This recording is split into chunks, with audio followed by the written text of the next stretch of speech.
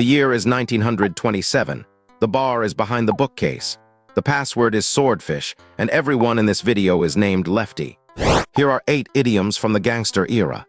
Number 1, a racket. It looks like a laundry. It has washed 3 shirts since 1925. A racket is the profitable scheme humming along quietly behind the business. Number 2, take him for a ride. In this era, a friendly car invitation was not always friendly. Taking someone for a ride means luring them somewhere they will regret going. Number 3, sleep with the fishes. Nobody says the sad word, they just gesture at the river.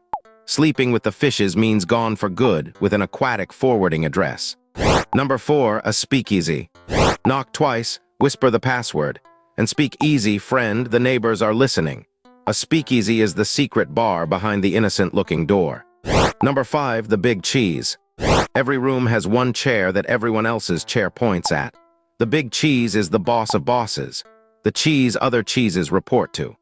Number 6, muscle in. The neighborhood had a delicate arrangement. Then someone large leaned on the doorframe. Muscling in means forcing your way into someone else's territory. Number 7, sing like a canary.